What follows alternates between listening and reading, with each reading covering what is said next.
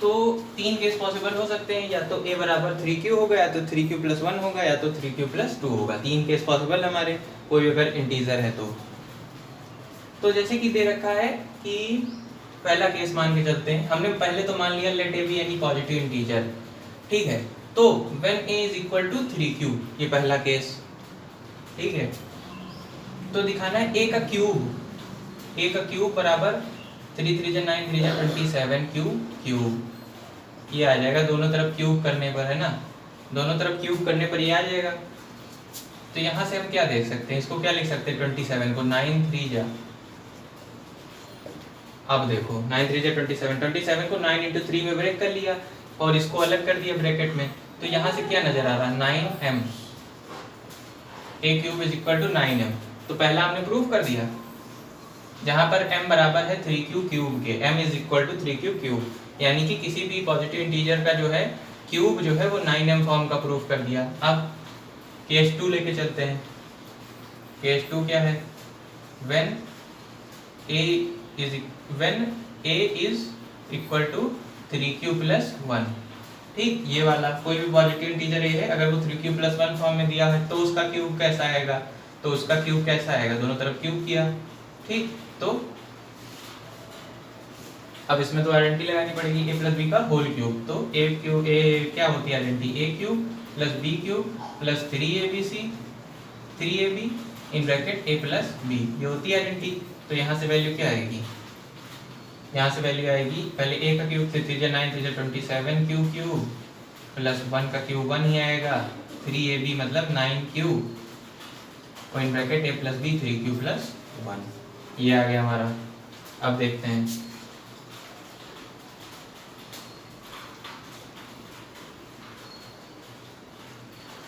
अब देखो 27q cube लिखा रहने दो, 9q, ये वाला टर्म जो है ये एक टर्म है ना, ये एक टर्म है, तो इसको लिख लो 9q इन ब्रैकेट 3q + 1, ठीक।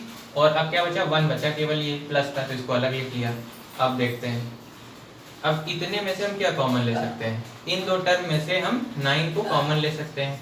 9 कॉमन ले लिया तो क्या बचा, 3q cube plus cube in bracket 3q + 1 और प्लस का 1, तो a³ बराबर ये आ गया। अब ये क्या दिख रहा है आपको, सिंपली मतलब सिंपल, जैसे जैसे आप लोग प्रैक्टिस कर लेंगे, पर प्रैक्टिस नहीं करेंगे तो हो सकता है भूल जाए, क्योंकि हम तो भूल जाते हैं। इसको प्रैक्टिस कर लो तो आसानी से आपको समझ में आ जाएगा और आप क्वेश्चन लिख भी लेंगे एग्जाम में, आई होप, ठीक है। तो a³ यहाँ से आपको नजर आ रहा होगा 9m + 1। तो हमने प्रूफ कर दिया कि कोई भी अगर पॉजिटिव इंटीजर है तो वो 9m + 1 फॉर्म का होगा, उसका क्यूब, ठीक है, उसका क्यूब 9m + 1 फॉर्म का प्रूफ कर दिया। इसी तरह केस 3 हो जाएगा, लेकिन दिखाने तीनों केस पड़ेंगे। केस 3 क्या है, a बराबर है 3q + 2, तो यहाँ होल क्यूब किया, इधर क्यूब किया, a³ बराबर 27q क्यूब,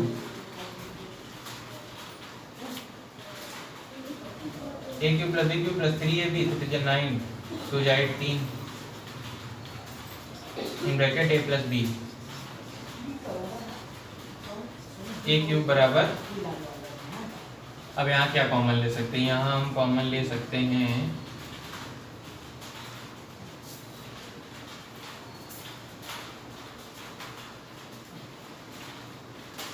इसको कैसे अरेंज करें,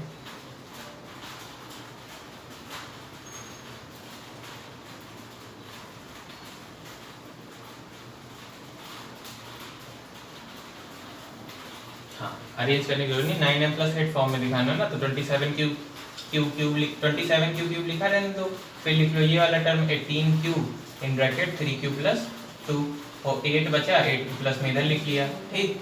अब देखो इन दोनों में से क्या कॉमन ले सकते हैं, 9 कॉमन ले सकते हैं, ले तो बहुत कुछ सकते हैं पर हमको वो लेना है जिससे कि हमारा ये फॉर्म आ जाए 9m + 8, तो 9 3 जा cube + 2 cube in bracket 3q + 2 + 8, क्या इसको हम m कर सकते हैं, मतलब दिखा सकते हैं कि ये m है 9m + 8, मतलब आपको दिखाना है ना कि ये फॉर्म इस फॉर्म का है भाई। m तो तीनों केस में अलग अलग आया, इसमें m3q³ आ रहा है, इसमें कुछ आ रहा है, बीच वाले केस 2 में कुछ और आया था, पर हमको केवल इतना दिखाना है कि जो इसका क्यूब है पॉजिटिव इंटीजर का वो इस फॉर्म का होगा।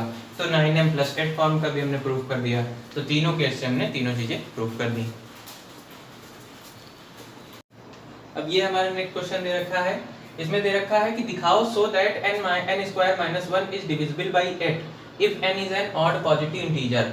अब ऑड पॉजिटिव इंटीजर क्या होते हैं? ऑड पॉजिटिव इंटीजर आपके हो जाएंगे जैसे कि 3 हो जाएगा, 5 हो जाएगा, 7 हो जाएगा, ये सब ऑड हैं, पॉजिटिव हैं और इंटीजर्स भी हैं, है ना।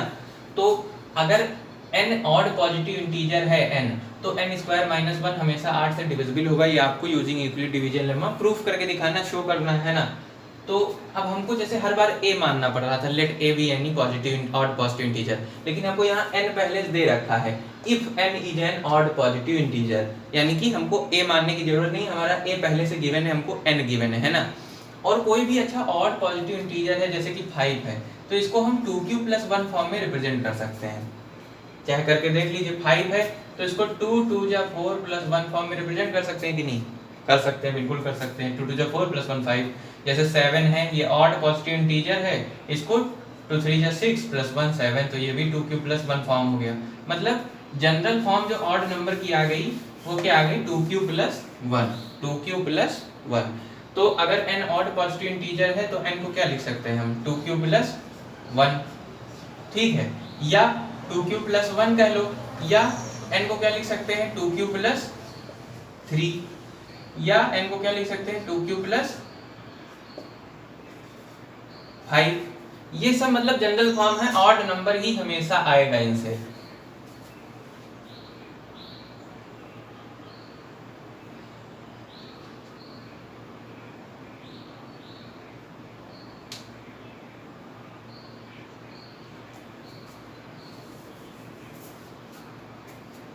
तो बुक में 2 केस दिखाए गए हैं, तो हम 2 मान के चलते हैं, 3 वैसे थोड़ा ज्यादा ही हो जाएगा, तो 2 मान के चलते हैं। एक केस ये वाला, एक केस ये वाला। 5 वाला मेरे हिसाब से आना चाहिए, पर अभी 2 केस मान के हम लोग चलते हैं। बुक में भी 2 केस माने गए। एक क्या भाई, ऑड नंबर सिंपली है तो उसको 2q+1 फॉर्म में रिप्रेजेंट कर सकते हैं। 2q+1, 2q+3, मतलब एक में 2 जोड़ा, फिर 3 आ गया, फिर 3 में 2 जोड़े, 2q+5। इस तरह हम ऑड किसी भी ऑड नंबर को इस फॉर्म में रिप्रेजेंट हम लोग करते हैं, जनरल फॉर्म कह सकते हैं एक प्रकार से। तो अगर n ऑड पॉजिटिव इंटीजर है तो इस फॉर्म में लिखा जाएगा, या तो ये या तो ये। अब क्या आता है तो बताना है, n² - 1 डिविजिबल बाई 8 होगा ऐसे केस में। तो क्या होगा? n² - 1 क्या आ जाएगा? n क्या है हमारा? 2q+1। पहले हम ये लेके चल रहे, बाद में इसको लेंगे। 2q+1 रखा है n की जगह, स्क्वायर है, -1 है, ठीक। ये क्या आ जाएगा?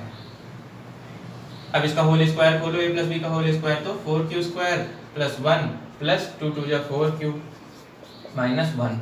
अब देखो, अब क्या आ जाएगा? 4q² और 4q एक साथ कर लो, +1 -1 कट जाएगा। 4q कॉमन ले लो, अंदर बचेगा q+1। अब देखो, वो इधर क्या है? n² - 1। हमको क्या दिखाना है? हमको दिखाना है n² - 1, यानी कि ये इज डिविजिबल बाई 8। लेकिन यहाँ तो हमको 4 मिल रहा है, मतलब हम ऐसा कुछ करें कि यहाँ 8 बन जाए। 8 बनाने के लिए क्या करें? 2 से मल्टीप्लाई कर दें, 2 से मल्टीप्लाई कर दें, यानी कि 4 × 2, ठीक। और जिससे अगर 2 से मल्टीप्लाई कर रहे हैं तो 2 से, अब ऐसा तो है नहीं कि इक्वेशन में कहीं भी कुछ भी कर दिया, जो हम कर रहे हैं उसको हमको हटाना भी पड़ेगा, तो 2 से डिवाइड भी करना पड़ेगा, है ना। अब तो कोई दिक्कत है नहीं, तो ये क्या आ जाएगा? 4 2 जा 8, 8q/2। अब देखो यहाँ से क्या नजर आ रहा है आप लोग को? यहाँ से ये नजर आ रहा है कि n² - 1 का फैक्टर 8 है, यानी 8 is a factor of n² - 1। और यही, और चाहे ये कहो फैक्टर है, चाहे कह लो कि n² - 1 इज डिविजिबल बाई 8। हमने प्रूफ कर दिया n² - 1 इज डिविजिबल बाई 8। पर क्योंकि यूक्लिड डिवीजन लेमा में एक बार से काम नहीं चलता, हमको केस दिखाने पड़ते हैं। तो ये तो केस 1 था। केस 1 मतलब जब n = 2q+1 फॉर्म लिया, जब n = 2q+3 लेंगे तो क्या आएगा?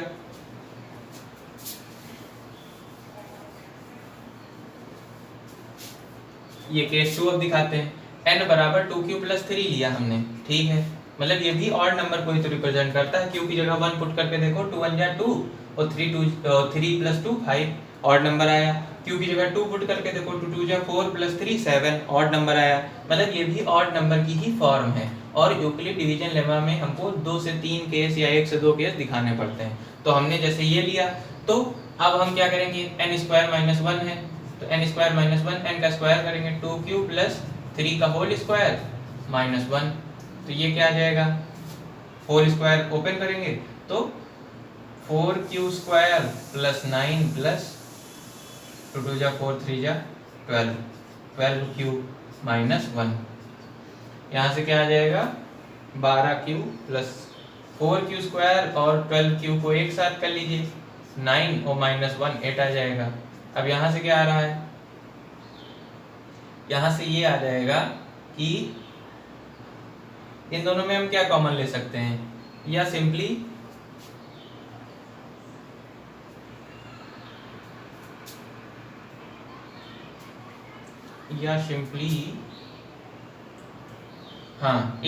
हम इसमें से क्या कॉमन ले सकते हैं, 4 कॉमन ले सकते हैं तीनों में से।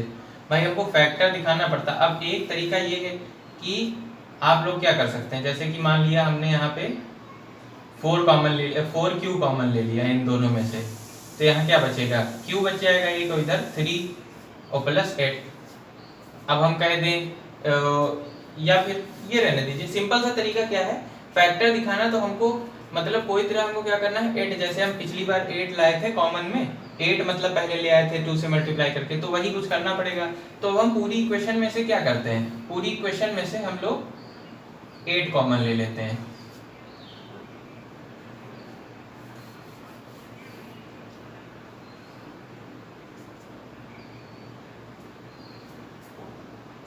या फिर चलिए 4 कॉमन लेते हैं, उस तरह डायरेक्ट हो सकता है अभी आप लोग को ना समझ में आए। 8 कॉमन लेके फिर डिवाइड कर दें पूरे में, तो उसको भी रहने देते हैं, 4 कॉमन लेते हैं। पहले वाला तरीका ज़्यादा सही। q स्क्वायर बचेगा, 3q बचेगा, यहाँ पे क्या बच जाएगा हमारा 2 बच जाएगा। अब देखो यहाँ क्या है, n स्क्वायर माइनस 1। हमको क्या प्रूफ करना है, 8 से डिविजिबल है तो 2 से मल्टीप्लाई करा और 2 से डिवाइड भी कर दिया, तो ऊपर क्या आ जाएगा 8q square plus 3q plus 2 upon 2।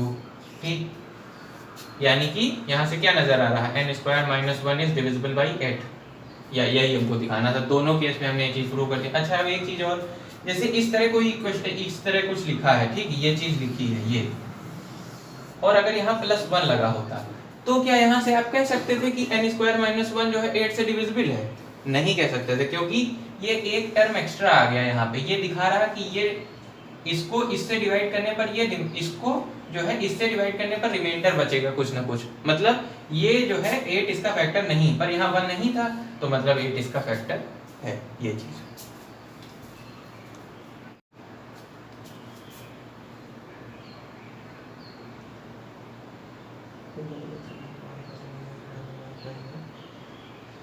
Next question कह रहा है, prove that if x and y are odd positive integer then x square plus y square is even but not divisible by 4। अब नेक्स्ट हमारा जो example है, example number 5, ये भी समझ लेते हैं। Prove that x and y are odd if x and y, अगर x और y कोई ऑड पॉजिटिव इंटीजर हैं तो x square plus y square even होगा बट नॉट डिविजिबल बाय 4। ये हमको दे रखा है क्वेश्चन में, कह रहा है कि बताओ अगर x और y ऑड पॉजिटिव इंटीजर हैं, ऑड पॉजिटिव इंटीजर कौन से, जैसे कि 3 5 7 और 9, तो फिर x square plus y square is even, तो x square plus y square even आएगा, लेकिन वो जो x square plus y square है वो इवन तो होगा, 4 से डिवाइड नहीं होगा लेकिन। ठीक है, कैसे प्रूव करें, हमने बताया था ऑड पॉजिटिव इंटीजर का जनरल फॉर्म क्या होता है, 2q प्लस 1, या q ना मानो, चलो q वो क्वोशिएंट लगने लगता है, 2m प्लस 1। ठीक, ये जनरल फॉर्म होता है, जहाँ पे m क्या होता है, m कोई पॉजिटिव इंटीजर होता है। ठीक है, तो x and y odd positive integer हैं, ठीक है, हैं, तो x को क्या लिख सकते हैं, x स्क्वायर, x को क्या लिख सकते हैं, x को लिख सकते हैं 2m प्लस 1 और y को क्या लिख सकते हैं 2n प्लस 1। भाई दोनों में सेम तो ये इंटीजर मान नहीं सकते, x को 2m प्लस 1 से रिप्रेजेंट किया तो y को 2n प्लस 1 से। ठीक, अब देखो बताना है x square plus y square को, तो x square plus y square की वैल्यू क्या आएगी, 2m प्लस 1 का whole square plus 2n plus 1 का होल स्क्वायर, इन दोनों का होल स्क्वायर कर दो, तो 4m square plus 1 square plus 4m plus 2 4n square plus 1 plus 4n, यहाँ से क्या आ जाएगा, यहाँ से आ जाएगा हमारे पास 4m square plus 4n square plus 4m plus 4n plus 1 और 1 जुड़ जाएंगे 2 हो जाएगा। ठीक, कुछ सिंपल सा मतलब कैलकुलेट किया है केवल। अब देखते हैं,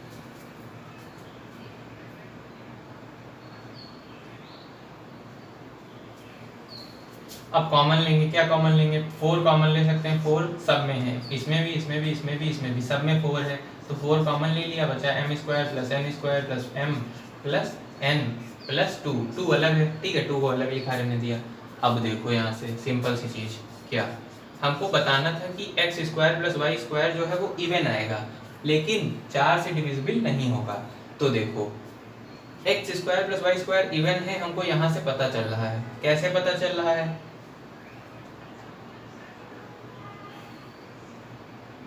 किसी नंबर को अगर 4 से गुणा करोगे, 4 से, यानी कि मान लो 3 है, 3 को 4 से गुणा किया, क्या आया, 12 आया। किसी नंबर को, कोई और नंबर है 5, 5 को 4 से गुणा किया 20 आया, 6 को 4 से गुणा किया 24 आया। और चाहे तो इसमें 2 जोड़ दो, 2 जोड़ा 12 में 13 14 आया, 20 में 2 जोड़ा 22 आया, 24 में 2 जोड़ा 26 आया। मतलब हर बार इस वाले टर्म की वैल्यू क्या है, इवन नंबर आएगी। मतलब 4 से अगर किसी को मल्टीप्लाई किया तो इवन आएगा ही, और 2 जोड़ दिया तब भी वो इवन ही रहेगा। मतलब ये पूरा टर्म जो है हमारा इवन है। ठीक, ये पूरा टर्म हमारा इवन है। जनरली आपको करके मैंने दिखाया, जैसे 4 3 12 है तो 12 आया, 4 3 12 आया और प्लस 2 तो 14, तब भी इवन नंबर आया। यानी ये पूरा टर्म जो है हमारा ये इवन नंबर है, और ये किसके बराबर है, x square plus y square, यानी कि ये भी इवन नंबर होगा हमेशा और हमेशा। मतलब यूक्लिड डिवीजन लेमा का यूज करके ये हमने दिखाया कि ये जो है इवन नंबर होगा। लेकिन क्या ये 4 से डिविजिबल है? अब यहाँ देखो तो ऐसा लग रहा है कि हाँ ये तो 4 इसका फैक्टर है, लेकिन हमने क्या बताया था पिछले क्वेश्चनों में कि देखो प्लस में एक और टर्म दिया हुआ है, मतलब कुछ रिमाइंडर बच रहा है, मतलब कुछ वैल्यू एक्स्ट्रा है, तो ये 4 इस चीज का फैक्टर नहीं है। तो ये भी दिखाना था, बट नॉट डिविजिबल बाई 4। तो हमने प्रूव कर दिया कि x square plus y square even number होगा, लेकिन 4 से डिविजिबल नहीं होगा। That's proved.